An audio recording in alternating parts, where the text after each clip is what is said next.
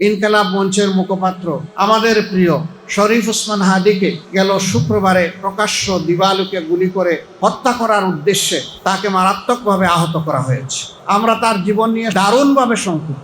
এইরকম তরুণ বিপ্লবীরা আহত হবে, মৃত্যুর দুয়ারে চলে যাবে, তারপরে সরকার নড়ে চড়ে বসবে, আমরা এটাও চাই না। বরঞ্চ এই অবস্থা, এই দুঃসাহস কেউ যাতে না দেখাতে পারে, এই জন্য সরকারকে তার দায়িত্ব অবশ্যই পালন করতে হবে।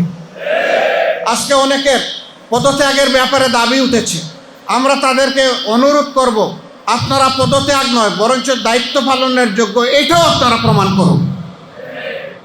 যদি প্রমাণ করতে ব্যর্থ হন, মনে রাখবেন 5 আগস্ট বারবার ফিরে আসবে।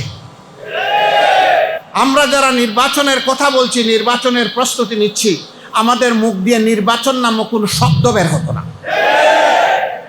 যদি 24 না হতো, আজকে ইলেকশন কমিশনের দায়িত্বপূর্ণ জায়গা থেকে মাননীয় প্রধান নির্বাচন কমিশনার যে বক্তব্য দিয়েছেন, তিনিও এই জায়গায় থাকতেন না।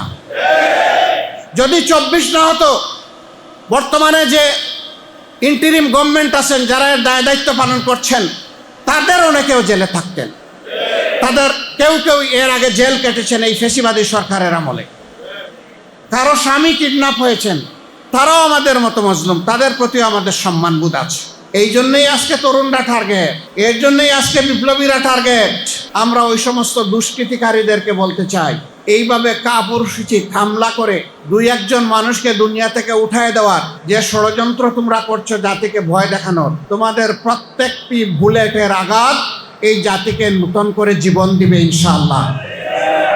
যদি ভালো হয়ে যাও ভালো, যদি ভালো না হও তাহলে এই জাতি তার প্রয়োজনীয় পাওনা সকলের কাছ থেকে আদায় করে ছাড়বে। ফ্যাসিবাদী আমলে যে সমস্ত মানুষকে নির্যাতন করা হয়েছে, অপমান করা হয়েছে, তাদের বিচার চাওয়ারও কোনো পরিবেশ এই দেশে থাকতো না। সুতরাং 24 আমাদের ইতিহাসের শুধু অংশ নয়, 24 এখন আমাদের কলিজার অংশ। এই 24কে সম্মান করলেই বাংলাদেশ এবং জাতিকে সম্মান করা হবে। 24 জুলাই যে আন্দোলন ঢাকা বিশ্ববিদ্যালয় থেকে শুরু হয়েছিল, সেই আন্দোলন ক্রমান্বয়ে বাংলাদেশের মানুষের মনোজগতে আন্দোলনের ঢেউ সৃষ্টি করতে সক্ষম হয়েছিল।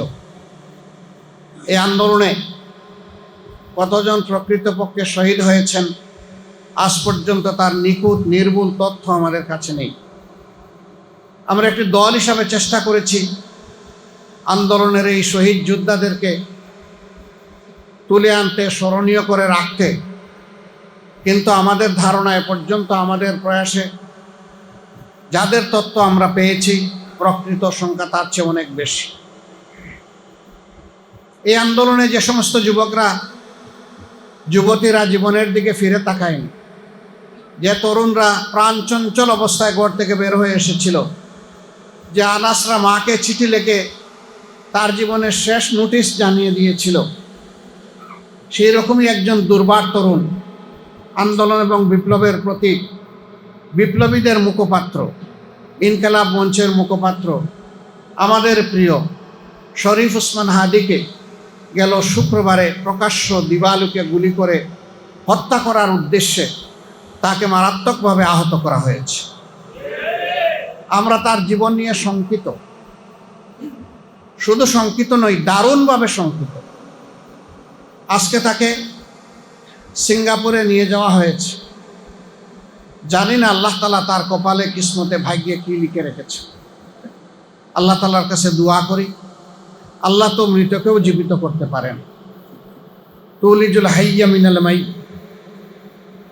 আল্লাহ বলেছেন তুখরিজুল হাইয়া মিনাল মাইয়িত, যে আমি মৌতের ভিতর থেকেও জীবন দিয়ে বের করে আনতে পারি। এবং আল্লাহ তা দুনিয়াবাসীকে বহুবার দেখিয়েছে। আমরা আল্লাহ তাআলার দরবারে বিগলিত চিত্তে দোয়া করি, আল্লাহ তাআলা তার কুদরতের হাত হাদের দিকে সম্প্রসারিত করে তাকে তিনি আবার বিপ্লবী হিসেবে আমাদের কাছে ফিরিয়ে দিন। প্রসঙ্গক্রমে এখানে বলতে হয়, তার উপরে এই বেদনাদায়ক কাপুরুষিত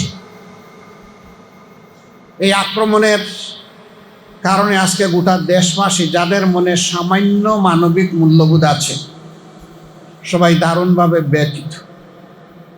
তারা সকলে সমবেদনা জ্ঞাপন করছে। এমনি প্রেক্ষাপটে আজকে অত্যন্ত দায়িত্বশীল একটি জায়গায় থেকে বর্তমানে কার্যত বাংলাদেশ এই কয়টা দিন যাদের নিয়ন্ত্রণে চলবে, সেই নির্বাচন কমিশনের প্রধান তিনি একটি বক্তব্য রেখেছেন, যা আমি বিশ্বাস করি আমার মতো সমস্ত মানুষকে আহত করেছে। তার উদ্দেশ্য দেখা আমাদের দায়িত্ব নয়, বক্তব্যের বিষয়ে জাতির সামনে এসেছে। জাতি তার এই বক্তব্যকে মোটেই ভালোভাবে গ্রহণ করেন, অথচ তিনি আছেন একটি নিরপেক্ষ জায়গায় বসে। আমি তাকে বিনয়ের সাথে অনুরোধ করব, আপনার এই বক্তব্যের ব্যাখ্যা আপনাকে দিতে হবে। জাতির মনে আপনি বক্তব্য যে দুঃখ সৃষ্টি করেছেন, এই দুঃখ দূর করার দায়িত্ব আপনার। আপনাকে প্রমাণ করতে হবে আপনি যে সেনসিটিভ জায়গায় এখন দায়িত্ব পালন করছেন, এই জায়গায় দায়িত্ব পালনের জন্য আপনি উপযুক্ত ব্যক্তি। এটা আপনাকেই প্রমাণ করতে হবে। এই জন্যে আমি অনুরোধ করব, দেরি না করে তিনি যেন তার বক্তব্যটি জাতির সামনে স্পষ্ট করেন। তাহলে জাতি তার ব্যাপারে যদি কোনো দুঃখ পেয়ে তাকে হয়তো দূর হবে, না হয় জাতি সিদ্ধান্ত নেবে। দুইটার যে কোনো একটা হবে। আমরা উনি এবং উনার মতো রাষ্ট্রের গুরুত্বপূর্ণ দায়িত্বে যারা আছেন, তাদের সকলের সাথে কাছে বিনয়ের সাথে অনুরোধ করব, আপনারা কেউ দায়িত্ব জ্ঞানহীন কোনো আচরণ এই জাতির সাথে করবেন না। সকল জায়গা থেকে আমরা দায়িত্বপূর্ণ আচরণ দেখতে চাই। সরকার শরীফ ওসমান হাদির ব্যাপারে, তার চিকিৎসার ব্যাপারে তারা পদক্ষেপ নিয়েছেন, সরকারকে আমরা সাধুবাদ জানাই। কিন্তু আমরা এটাও চাই না এইরকম তরুণ বিপ্লবীরা আহত হবে, মৃত্যুর দুয়ারে চলে যাবে, তারপরে সরকার নড়ে চড়ে বসবে। আমরা এটাও চাই না। বরঞ্চ এই অবস্থা, এই দুঃসাহস কেউ যাতে না দেখাতে পারে, এই জন্য সরকারকে তার দায়িত্ব অবশ্যই পালন করতে হবে। আজকে অনেকের পদত্যাগের ব্যাপারে দাবি উঠেছে। আমরা তাদেরকে অনুরোধ করব, আপনারা পদত্যাগ নয় বরঞ্চ দায়িত্ব পালনের যোগ্য, এটাও আপনারা প্রমাণ করুন। যদি প্রমাণ করতে ব্যর্থ হন, মনে রাখবেন 5 আগস্ট বারবার ফিরে আসবে। কিন্তু এটা আমাদের কামনা নয়। কেন বারবার এই জাতির জীবন দিবে? কেন রক্তের হুলি খেলা হবে?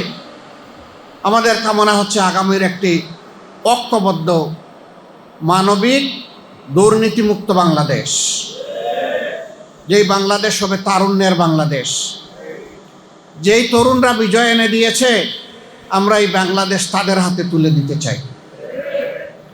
এই জন্যই আজকে তরুণরা টার্গেট, এর জন্যই আজকে বিপ্লবীরা টার্গেট। আমরা ওই সমস্ত দুষ্কৃতিকারীদেরকে বলতে চাই, এইভাবে কাপুরুষোচিত হামলা করে 2-1 মানুষকে দুনিয়া থেকে উঠায় দেওয়ার যে ষড়যন্ত্র তোমরা করছো জাতিকে ভয় দেখানোর, তোমাদের প্রত্যেকটি বুলেটের আঘাত এই জাতিকে নূতন করে জীবন দিবে ইনশাআল্লাহ। অতএব সাবধান। যদি ভালো হয়ে যাও ভালো, যদি ভালো না হও তাহলে এই জাতি তার প্রয়োজনীয় পাওনা সকলের কাছ থেকে আদায় করে ছাড়বে। প্রিয় দেশবাসী, আমরা অতীত নিয়ে পড়ে থাকতে চাই না। এটি একটি গতিশীল জাতির পরিচয় কখনো বহন করে না। আমরা আমাদের প্রিয় জাতিকে বিভক্ত দেখতে চাই না। আমরা একটা ঐক্যবদ্ধ জাতি দেখতে চাই। আমরা এটাও চাই না যে আমাদের জাতির উপর বাইরে থেকে কেউ এসে খবরদারি করুক, দাদাগিরি করুক। এইটা আমরা বরদাস্ত করব না। 54 বছর আমাদের ভাগ্য চূড়াবালিতে হারিয়ে গিয়েছিল। জনগণের ভাগ্যকে কুলে নিয়ে, বুকে নিয়ে আমরা সামনের দিকে দুর্বার গতিতে এগিয়ে যেতে চাই। আমরা ইতিমধ্যেই ঘোষণা করেছি, বিভক্তি নয় ঐক্য, হিংসা নয় ভালোবাসা, দুর্নীতি নয় স্বচ্ছতা এবং দায়বদ্ধতা, অবিচার নয় সকলের জন্য সুবিচার, বেকারত্ব নয় হাতে হাতে কাজ। এই নিয়েই আমরা প্রিয় জাতিকে সামনের দিকে এগিয়ে নিতে চাই। আমরা আমাদের জাতির প্রতি গভীর আস্থা রাখি। জাতি এই পুড় খাওয়া জাতি, 54 বৎসর তারা বিভিন্ন শাসন দেখেছে। এখন জাতি মুখিয়ে আছে নতুন একটি বাংলাদেশ দেখার জন্যে। অতীতের যত ময়লা আবর্জনা শাসন ব্যবস্থায় ছিল, পুরানা সেই কাসুন দিয়ে জাতি আর দেখতে চায় না। এগুলাকে পায়ের তলায় ফেলে দু পায়ে মাড়িয়ে সামনের দিকে নতুন বাংলাদেশের যাত্রা শুরু হবে ইনশাআল্লাহ। এ পথে অতীতেও জনগণের প্রত্যাশাকে কোনো কিছু দিয়েই চাপা দেওয়া সম্ভব হয়নি। আগামীতেও গড়ে ভাইরে যেখানে যে ষড়যন্ত্র করা হবে, সেই ষড়যন্ত্র মোকাবেলা করেই ইনশাআল্লাহ প্রিয় জাতি তাদের মঞ্জিলে মাকসুদে পৌঁছে যাবে। এখানে আমরা কারো সাথে কোনো ধরনের আপোষ করব না। বাংলাদেশ জামাতে ইসলামীর অন্যায়ের সাথে আপোষ করার কোনো অতীত ইতিহাস নেই। ফেসিবাদের সাথে অনেকেই আপোষ করেছেন, বিভিন্ন ব্যাপারে আপোষ করেছেন। জামাতকে আপোষ করার জন্য দফায় দফায় চাপ দেওয়া হয়েছে, অনুরোধ করা হয়েছে, আহ্বান জানানো হয়েছে, ষড়যন্ত্র করা হয়েছে। আমাদের সম্মানিত নেতৃবৃন্দ হাসতে হাসতে জীবন দিয়েছেন, কিন্তু আপোষের প্রস্তাবনাকে তারা ঘৃণা ভরে প্রত্যাখ্যান করেছেন।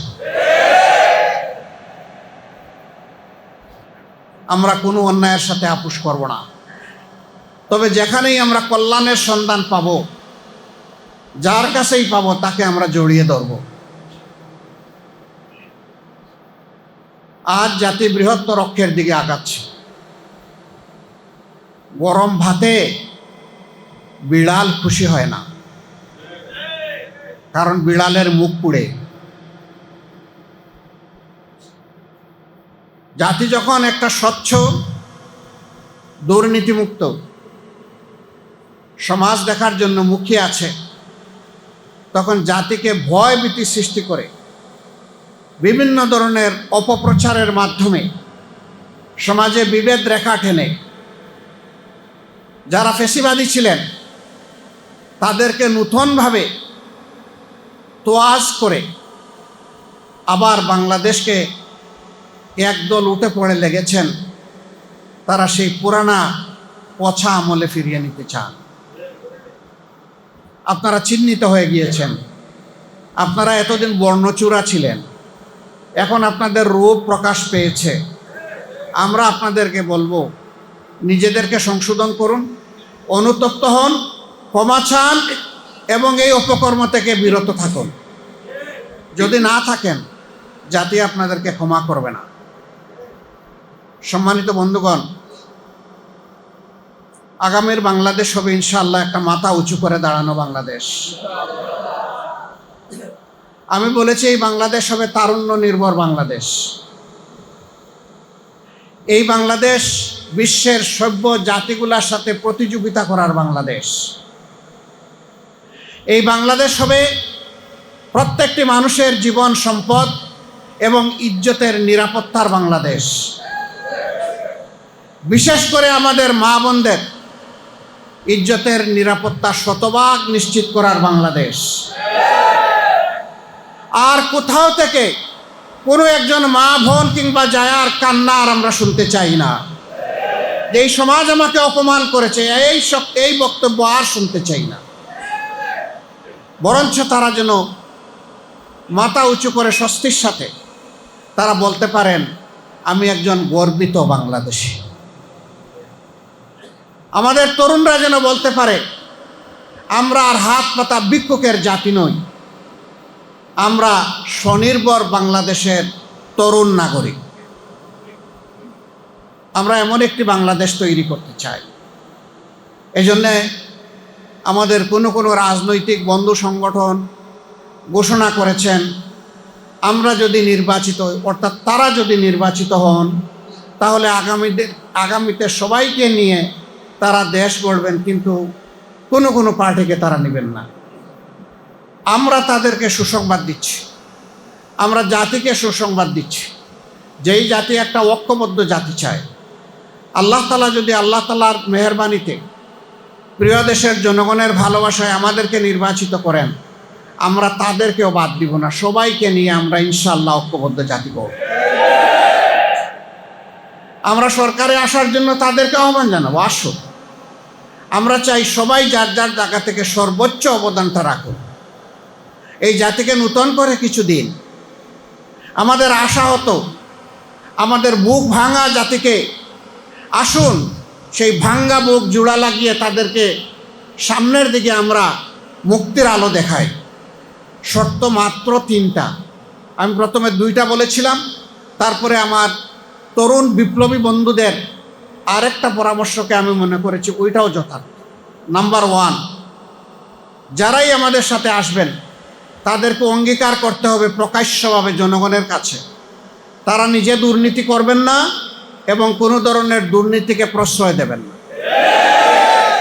নাম্বার 2, সমাজে সকলের জন্য ন্যায় বিচার নিশ্চিত হবে, কোনো রাজনৈতিক দল কিংবা ব্যক্তি বিচার ব্যবস্থার উপর সামান্য কোনো হস্তক্ষেপ করতে পারবেন না। নাম্বার 3, জাতির প্রত্যাশা পূরণে এ পর্যন্ত সংস্কারের জন্য যে সমস্ত প্রস্তাব পেশ করা হয়েছে তারা এই সংস্কার আন্তরিকতার সাথে বাস্তবায়নের সহযোগী হবেন, অংশগ্রহণকারী হবেন। এই 3 বিষয়ে যারা একমত হবেন তাদের জন্য আমাদের দরজা খোলা থাকবে ইনশাআল্লাহ। আমরা জানি না আগামী দিন আল্লাহ তাআলা এই বাংলাদেশ জাতির দায়িত্ব কার হাতে তুলে দেবেন, কারণ আল্লাহ নিজেই ঘোষণা করেছেন, কুলিল্লাহুম্মা মালিকাল মুলক তুতিল মুলকা মান তাশা। এ মহান সৃষ্টি জগতের সব কিছুর বাদশাহী আমার, আমি আল্লাহ। এরপরে সেই আল্লাহ তাআলা বলছেন, তবে দুনিয়ার শৃঙ্খলার জন্যে বিভিন্ন জায়গায় বিভিন্ন জাতি গোষ্ঠী ভাষা বর্ণ আমি তৈরি করেছি।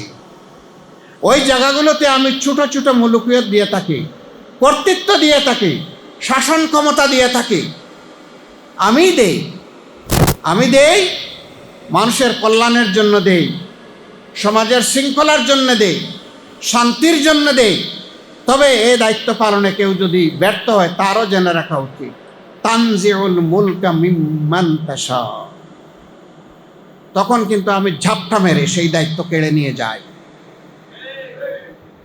একটা দল তারা বুকিং দিয়েছিল ক্ষমতার 2041 সাল পর্যন্ত, তাই না?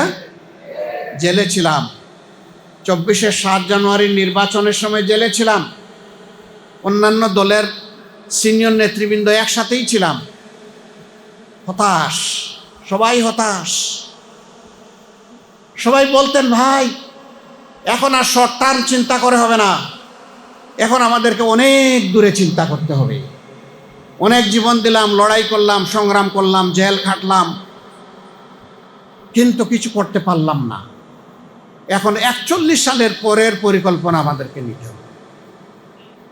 আমি বলতাম, ভাই আমার জীবন এতদিন বেঁচে থাকবে আমি আশাও করি না। আমি আমার এই জীবনে আল্লাহর কাছে এইটুকু আশা করি যে একটা পরিবর্তন দেখতে চাই। সুতরাং আমার কাছে ভাই কোনো 41 নাই, আমার কাছে 24-25 যাই আসবে আলহামদুলিল্লাহ। বলতো এগুলা দুর্বল মনের সান্ত্বনা। আমি বললাম, মন একটা দুর্বল হোক সবল হোক, সান্ত্বনা দেওয়ার জায়গায় একটাই, সেটা হচ্ছেন আল্লাহ রাব্বুল আলামিনের সাহায্য। ওই সাহায্যের দিকে তাকায় থাকবো, যতক্ষণ না আসবে তাকায়েই থাকবো। আলহামদুলিল্লাহ, যদি 24 না হতো আজকের 25-এ এখানে এইভাবে দাঁড়াতে পারতাম না। যদি 24 না হতো, আমরা যারা নির্বাচনের কথা বলছি, নির্বাচনের প্রস্তুতি নিচ্ছি, আমাদের মুখ দিয়ে নির্বাচন নামক কোনো শব্দ বের হতো না। যদি 24 না হতো, আজকে ইলেকশন কমিশনের দায়িত্বপূর্ণ জায়গা থেকে মাননীয় প্রধান নির্বাচন কমিশনার যে বক্তব্য দিয়েছেন, তিনিও এই জায়গায় থাকতেন না। যদি 24 না হতো, বর্তমানে যে ইন্টারিম গভর্নমেন্ট আছেন, যারা এর দায়িত্ব পালন করছেন, তাদের অনেকেও জেলে থাকতেন। তাদের কেউ কেউ এর আগে জেল কেটেছেন এই ফ্যাসিবাদী সরকারের আমলে। কারো স্বামী কিডন্যাপ হয়েছেন, তারাও আমাদের মতো মজলুম, তাদের প্রতিও আমাদের সম্মানবোধ আছে। যদি এই 24 না হতো, বর্তমানে ফ্যাসিবাদী আমলে যে সমস্ত মানুষকে নির্যাতন করা হয়েছে, অপমান করা হয়েছে, তাদের বিচার চাওয়ারও কোনো পরিবেশ এই দেশে থাকতো না। সুতরাং 24 আমাদের ইতিহাসের শুধু অংশ নয়, 24 এখন আমাদের কলিজার অংশ। এই 24কে সম্মান করলেই বাংলাদেশ এবং জাতিকে সম্মান করা হবে। আমি সকলের প্রতি বিনয়ের সাথে অনুরোধ করব, আমরা সম্মান করব 71কে, আমরা অবশ্যই সম্মান করব তেমনিভাবে 24কে। যার যেখানে যে অবদান, কোনোটাকেই খাটো করা কারোর জন্য সমীচীন হবে না। যার যার অবদানকে স্বীকৃতি দিলেই এই দেশে জ্ঞানীরা জন্ম নিবে, বীরের জন্ম হবে। আর যদি অবদানকে অস্বীকার করা হয়, জ্ঞানীর আত্মহত্যা হবে এবং এই দেশে মায়ের কুলে আর বীর জন্মাবে না। এই জন্যে আমরা আমাদের বীরদেরকে গভীর শ্রদ্ধা দিয়েই স্মরণ করে যাব আজীবন ইনশাআল্লাহ। 24 বিপ্লবে নেতৃত্ব যারা দিয়েছে, অংশগ্রহণ যারা করেছে, আরেকবার আমি তাদের প্রতি সমস্ত হৃদয় কলিজা উজাড় করে আমি শ্রদ্ধা জানাচ্ছি। তারা জাতিকে নতুন করে প্রাণ এনে দিয়েছে। এখন এই জাতির কাছে আমানত, রাজনৈতিক দলসমূহকে দায়িত্বশীলতার পরিচয় দিতে হবে। দেশকে ভুলে গিয়ে ব্যক্তিকেন্দ্রিক দলকানা কোনো চিন্তা করলে জাতি আমাদেরকে ক্ষমা করবে না। দেশের স্বার্থ, জাতির স্বার্থকেই উপরে তুলে ধরতে হবে। সাংবাদিক বন্ধুগণ, আপনাদের কাছে বিনয়ের সাথে অনুরোধ, আমরা যে কথাগুলো বলি ভালো লাগলে হুবহু এগুলো প্রকাশ করবেন, ভালো না লাগলে পুরোটা বাদ দিয়ে দেবেন। কিন্তু আমাদের বক্তব্যের খণ্ডিত অংশ দিয়ে সবাই না, কেউ কেউ মাঝে মাঝে জাতিকে বিভ্রান্তিতে ফেলে দেন, আমাদেরকে কষ্ট দেন। তাদের কাছ থেকে আল্লাহর দরবারে আমরা আশ্রয় চাই। এ কাজ করবেন না।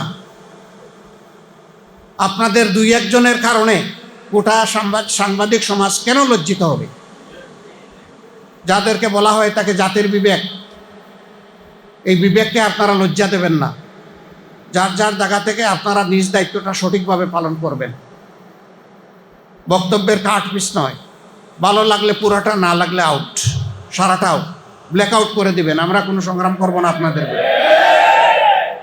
কিন্তু ব্ল্যাক অ্যান্ড হোয়াইটকে এক করবেন না, হোয়াইটকে ব্ল্যাক বানাবেন না। বক্তব্যের সেন্স পাল্টানো ঠিক হবে না। আপনারা সমাজের 4র্থ স্তম্ভ, এটা ভুলে যাবেন না। এবং 3টা স্তম্ভকে ঠিক রাখার দায়িত্ব আপনাদের, এইটাও আপনারা ভুলে যাবেন না। সমাজের 2টা অংশের দায়িত্ব সার্বজনীন, একটা সাংবাদিক সমাজ, আরেকটা হচ্ছে রাজনৈতিক সমাজ। এই 2 সমাজকে দেখতে হবে চতুর্দিক থেকে, একদিক থেকে দেখলে চলবে না। খোলা চোখ দিয়ে দেখতে হবে, বন্ধ চোখ দিয়ে নয়। 2 চোখ দিয়ে দেখতে হবে, 1 চোখ দিয়ে নয়,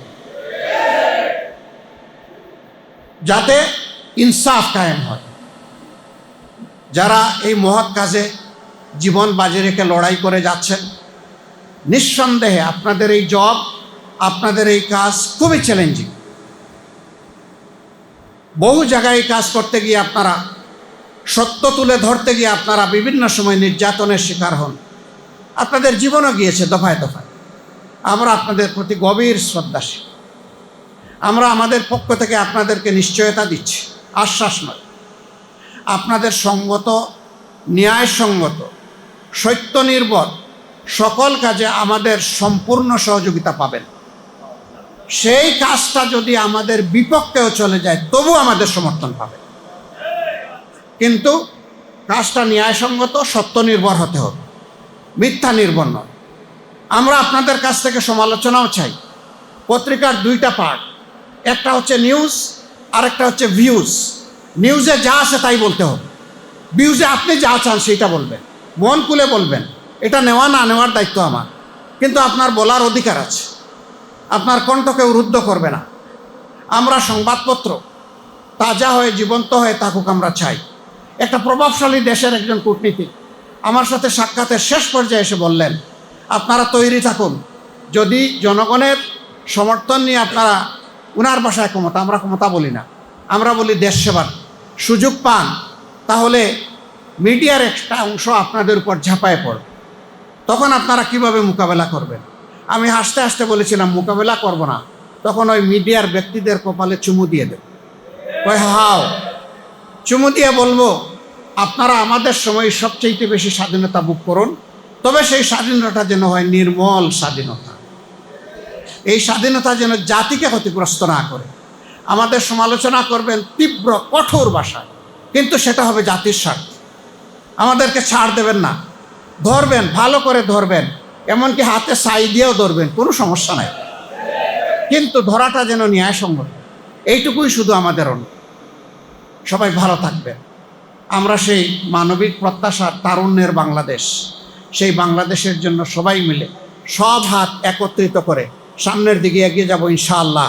সেই বাংলাদেশের অপেক্ষায় আজকের এই বিজয় দিবসে আবারও জাতিকে শুভেচ্ছা এবং অভিনন্দন জানিয়ে, যে যেখানে আছেন দেশে কিংবা প্রবাসে, সকলে সুস্বাস্থ্য কামনা করে আগামী ঐক্যবদ্ধ বাংলাদেশ গঠনে সবাইকে ভূমিকা রাখার আহ্বান জানিয়ে আমার কথা এখানেই শেষ করছি। আল্লাহ হাফিজ। বাংলাদেশ জিন্দাবাদ, বাংলাদেশ জামাতে ইসলামী জিন্দাবাদ। সভাপতির বক্তব্য আমিও শুনবো, আপনারাও শুনবেন, এর আগে কেউ উঠবেন না। আসসালামু আলাইকুম।